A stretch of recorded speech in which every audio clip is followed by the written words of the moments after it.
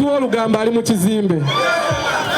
Gye muli timu Sindi gye muli ne Sheebah gyeri munnamawulire tatera kuba na ludda naye waliwo ekisukka kubanga bato wenaggwera ndabawo kariya y'omu egenda kubanga egudde Eyani eya Sheebah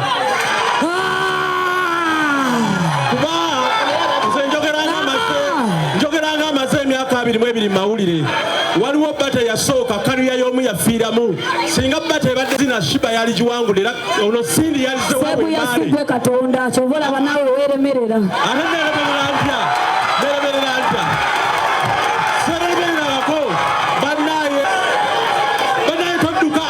todduka muganda wange komawo miguwa Sseguya wangi maama kankuweyo omukisa gutya bwe kankuleke sigwe sitaafe basitatuula wansi ate tuula nze nkugambye ne stage yange ate otidde nga president bannange njagala mbagambe ekintu omukole we gubeera ewaka kasasira avaayo yonna gy'abeera n'adda mu ddiiro naye omukole we gugwa kasasira addayo nze mmaze temumalira budde masange kololo kakati Sheebah mukyala mufumbo Sindi mukyala mufumbo kale naye akyusakyusa abasajja naye abalaga kati Sheebah ono mufumbo naye byenkukutu kati kyova olaba talaga baami be n'abaana tabalaga tomanyi ayinza okuba ayina kwe omuntu taggwayo oba ayina nze kisinza okunuma gamba nti neremererwa ntya nti omusajja owa diguli amawulire bakerere nti neremerera ntya n'omulimu gwenkola guli professional olw'okwogera amazima noga neremererwa byamanyi byaffe byaggwa twalina olutalo ne luggwa nze simayo ate gyabijje kuba nze mbuuziza kibuuzo just simple naye omukyala anyize n'agira ate bye nayogera nabyetonda bwe yagamba nti byali bituufu ne neetonda ne biggwa ndabye lwaleero nti ebintu tebiggwanga kubanga oli bagamba nti kaliya yeekoma lwaleero mu bato gwe nnyonnyola nti tekoma lwaleero kuba ŋŋambye nti singa olutalo lubadde lwakuzina bato nga yakuzina awo Sheebah agiwangula ne bato engeri gyeri nti yakuyimba awo Sindi agiwangula era kaliya y'omu eba ekomaawo kali olukiwulidde naddu kuba takitegedde nina Bwino omulala nze ndi dictionary Bwino tanzigwamu obuuzabuuza kibuuzo nga kijja obadde olina ebibuuzo bisatu bwomenye ebirala bibadde ebirala kambireke kubanga ate sibibuuzizza saagala byogera nga gwe mbadde mbibuuza taliwo kuba bibadde bituufu ng'ate bikakali kuba omuntu naye kambabulireko amazima nze mbabulidde mu myaka ng'esatu muli ŋŋamba okuva kati kaliya eyoyo oba ebiri oba gumu kitundu kaliya mwe mukatereke mujja kulaba nga kaliya esse ogirabira wano ogimenjalingirawo nti kaliya teriwo anti kaakati omuntu bw'aba nti bato eri wakati wa kuyimba naye ng'ate omu muzinyi omulala muyimbi kati olabira ddala oli agenda kulabisibwa tewali kirala kompeyalingira ku mpisa za Sindi ne Sheebah maze emyaka 2 mu mawulire kaakati Sheebah ali reserved nnyo ate wadde ebyo byonna biri awo muwamu credit bwe twalwanagana bwe twayombagana talina kyeyankola wabula byaggwa bulungi ekizibu kyalina tali approachable kati singa bakugamba nti banoonye bombi Sindi ne Sheebah ojja kulaba ng'olaba Sindi Sheebah yita mu dirisa ayite mu wa makeup kati owa makeup alyoka atuuke kwoli kati Sindi okuba simu emu ng'omutuuseeko kali yenjawulo eriwo bijja kugwera wakuba omusajja avudde omujja ku stage ogenda ekibuzo kimu n'omujja ku stage n'adduka mukulaba future ya bato gye tusuubira ejja eyidde olaba erina weeraga oba olwedde omuwanguzi afunise kati nze mbabulira nga naye bwadduse akimanyi era omuwanguzi alinga afunise okitegedde alinga afunise kuba oli Sheebah muzinyi Sindi muyimbi ate empaka zakuyimba kati omuwanguzi gwe tomulaba ogamba tebakola nsobi nga tumaliriza pulezidenti Sindi tebamutomeza okuba tolinga n'omuntu akyakula tebamutomeza kuba bapkamingi kubanga Sheebah junior ku Sindi mu byokuyimba bwe biba birala oba ebyabasajja byamayumba ebyo buli omu alina kyasinga munne kati kiringa nze bw'oba oli munnamawulire otandika butandisi nze ndi wamu wadde baga tukole bato nzikiriza naawe kikuyambeko okukola ki okulinnya bwe ŋŋaana okukola bato naawe ate mba nsosola mba nyina n'omutima omubi Sindi atuukikako ab'amawulire tutunda content. Kati bwe tuba ng'ab'amawulire tutunda content, lwaki ab'amawulire basazeewo nti bali ku ttiimu Sindi?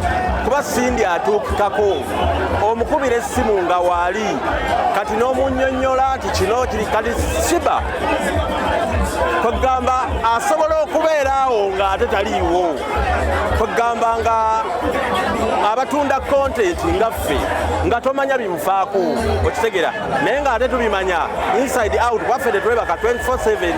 Kati ogenda okulaba ow'amawulire ayanguyira omuntu amuwa content. Waffe tetutunda nnyaanya, tetutunda binyeebwa, tutunda content. Kati oli akuwa content ogenda okulaba omumanyi okusinga. So bwe bityo naye ng'ate tukubeera tuba ne site. Bato ekyasoose ey'abakyala yeya Sindi ne Sheebah, naye bali bagenda okuzikola nga zaali zibaddewo ng'abantu babimanyiira. Kyova olaba bagenda okubijjawo ng'abantu babimanyidde ne balanga tebakyagenda. Olw'ensonga luli baali beebuuza ki ekigenda okuba, kubanga zonna ze naziriko. Eyasooka yali y'amaanyi, eyaddako n'ekendera, n'eyokusatu n'ekola ki, n'egaana yali ku katikati. So kati wekugambira nti kino kigenda kubeera kyamaanyi kubanga kyekisoose, naye wekinaddako gwokubiri kijja kuba tekyalina ki. Naye nze ntidde akakazi ka Sheebah kagenda tukuba. Ennyambala byebiki naawe? Ffe ng'abawagizi mba mu by'amawulire, ze nnyumirwa nnyo akunamye kuba ye muyimbi. Obadde oyagala yambala egomesi, obadde oyagala yambala ati, yeyo embeera gyebrandingamu. Gwali olabyeko Nandujja nga yambadde nga ye, kubanga naye yebrandinga bw'ati, ayimba bya buwangwa. Naye kati oyagala yambala ati awemule. Ani abibasomedde? Lwaki mugezeyo bisoma? Tabyogedde, owuliddeko ng'ayogera n'awemula. Tawemudde. Mwe bwawemu, ab'amawulire mwe bawemu. Biki byolabye ebiwemudde awo? Sindi aga ezigadde za Sheebah ataddukako. Omanyi olutalo wobeera ng'olina amaanyi. Ssemakula Misati yagamba waliwo entalo z'owaayo, oziwaddeyo just osigaze emirembe. Sheebah abakusigala wano obadde ogenda kulaba ekinaabaawo. Abawagizi babadde alina obadde obamanyi. Abaana ba ghetto bonna bajjidde ku Sheebah, era avuddewo si lwakuba nti bamuwangudde, kulekawo mirembe. Kyova olaba bw'avuddewo ne ba Sindi ne badduka ne bagamba bannange akakazi tekatuwendulira kamaanyi. Twatandisa n'otunyumizanga Sindi bwe yamuwandiikira oluyimba, ate n'atajja ku video shoot, n'amuyita ku video shoot nti owaye Sindi jja ku video shoot naye nga tajja. Kweganga kiraga nti amaalo Sheebah yavadda nago, kuba oli waba kuwandiikidde oluyimba ate ku video shoot ajjayo ki, si ye director, si agenda otemaatema ebifaananyi, ye yakuwandiikira mu studio, yajja vocals n'azikuwa zonna z'olina okukozesa, naye era nezikulema. Kati ku video shoot omwagaza ki? Taba video director be bajja ku ki? Sheebah Civic Sen. So netugenda maaso nga tunyumya okumaliriza nga Sheebah adduse ku stage.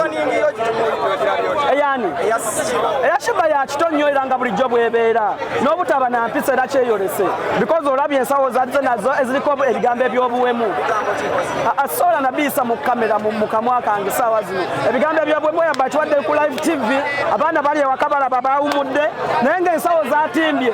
So ayina emotions, obusungu bungi ye ng'omuntu, ku buli muntu ate si ku Sindi yekka. Naye nga sirowooza nti bw'abadduse ku press conference eno nti 15 tadduka, ndi sure ne ku 15 ajja kudduka ku stage.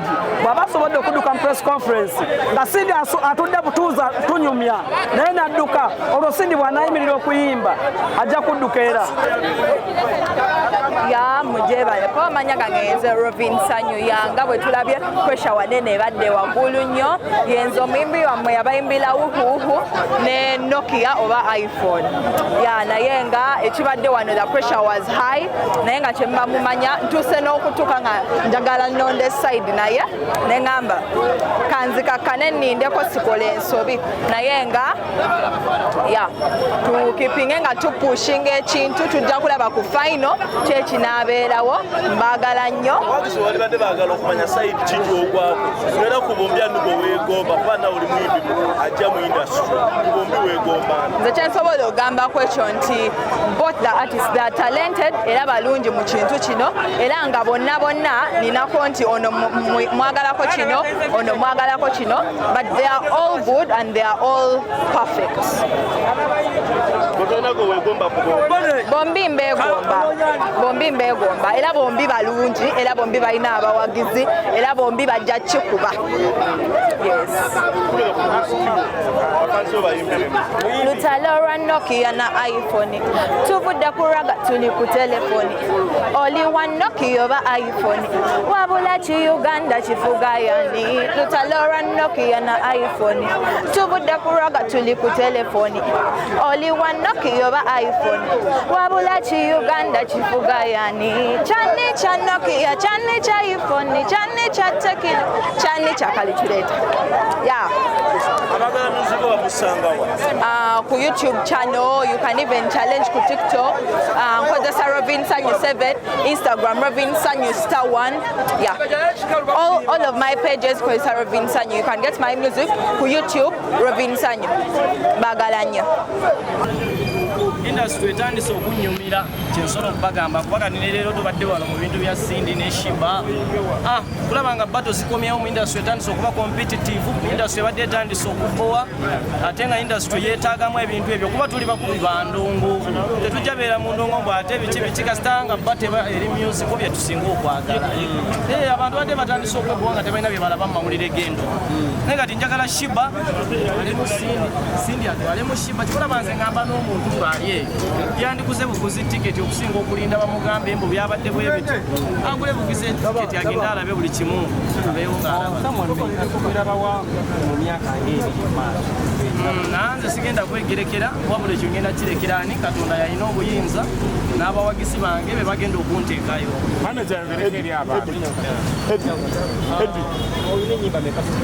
sofa nina ennyimba 3 zesinafulumya ezo zosijja zoogera naye nga kyobumanya nina ennyimba nyingi ezijja naye professional ennyimba 3 eziri out gwe yeewandiikira naye akuwandiikira buli muyimbi gasitabanga alina talenti ng'ate tusobola okuba nga endongo yaffe esobola omumakinga tuyinza okukola kisinziira nga nze endongo ye bwe makinze neyange ne bwabanga wamaanyi ne bwabanga si wamaanyi naye nze ngoberera nnyo talenti n'omuntu omulimu ekitiibwa kyakuwa kyengenda okugoberera ekyo. Yes. How are you? I'm good. What's your name? Blanca. Sorry? Blanca. Blanca. Yes. How do you meet this guy? I saw his music on YouTube, and he really inspired me with his music, his talent, and I knew he had a lot more to push. So you have been with him like how long? About a year. Sorry? Yeah. A year. A year. Which country are you from? I'm from the U.S. US. Why would you get interested in managing him, not any other Ugandan artist? Because I was actually keeping an eye on him closely for a little while, and I saw he had a lot of talent and good music, and I got interested in managing him. Do you have experience in managing an artist? I do have experience in managing. Okay. I have worked with some producers out in LA. So In Uchi or in Africa? no, in United States. Okay. So how have you helped him to promote your music internationally and locally? Projects, new music, just pushing him to work hard. Naye ng'ebisigadde omukyalo ono agenda kukola record label, agenda kukola Blanca Records, era mu maaso awo era tujja kudda mu kamera ezo nga tumaze okubitandika bulungi. Kwegamba nayo big opportunity tekoma kunze nzekka nti n'omuyimbi e Uganda eyo asuubira osayiningayo abayimbi abalala. So ndowooza bannayuganda kyandibadde kirungi nnyo okulaba nga abantu nga bano bavaayo ne basupportinga talenti zaffe. Kuba mwana e Uganda tubeerawo nga tukuba endongo ennungi naye abantu bandibadde batuwanika ate Endongo gwagyewandiikira? Endongo neewandiikira